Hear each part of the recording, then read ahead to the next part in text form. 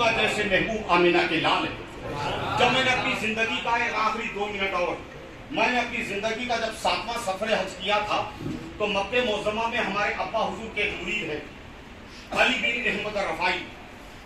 अब वो काबे के कलीद बरदार है, चाबियां काबे की उनके पास रहती है। मेरे साथ एक मरतबा हरम पाक में आए और कहने लगे कि हुसैनी साहब 1911 में हिंदुस्तान से एक पागल आदमी हज करने आ गया था।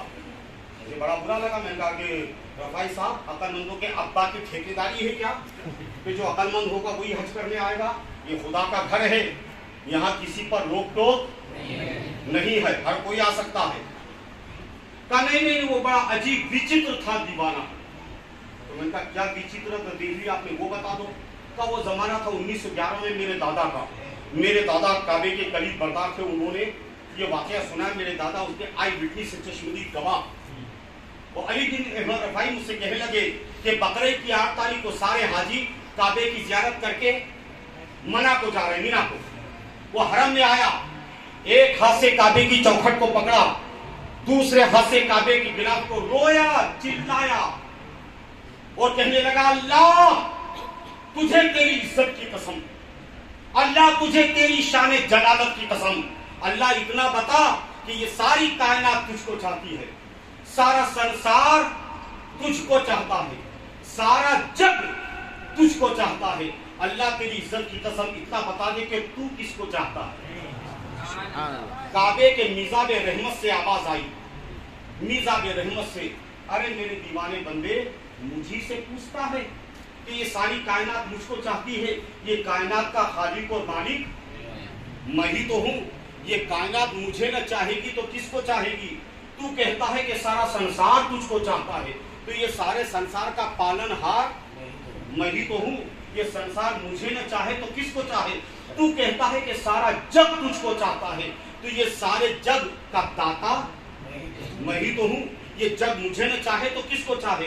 और तू कहता है कि अल्लाह तू किसको चाहता है? तो सुन मेरे दीवाने बंदे, हाँ ये सारी कायनात मुझ रब को चाहती है, मगर मैं अपने मोहम्मद को चाहता हूँ। मैं अपने मोहम्मद को चाहता हूँ। अली बिन अहमद रफाई कहने लगे कि वो दीवाना जब हज के बाद मदीना गया तो सरकार की दरगाह की जालियों को पकड़ा, रोया, तड़पा।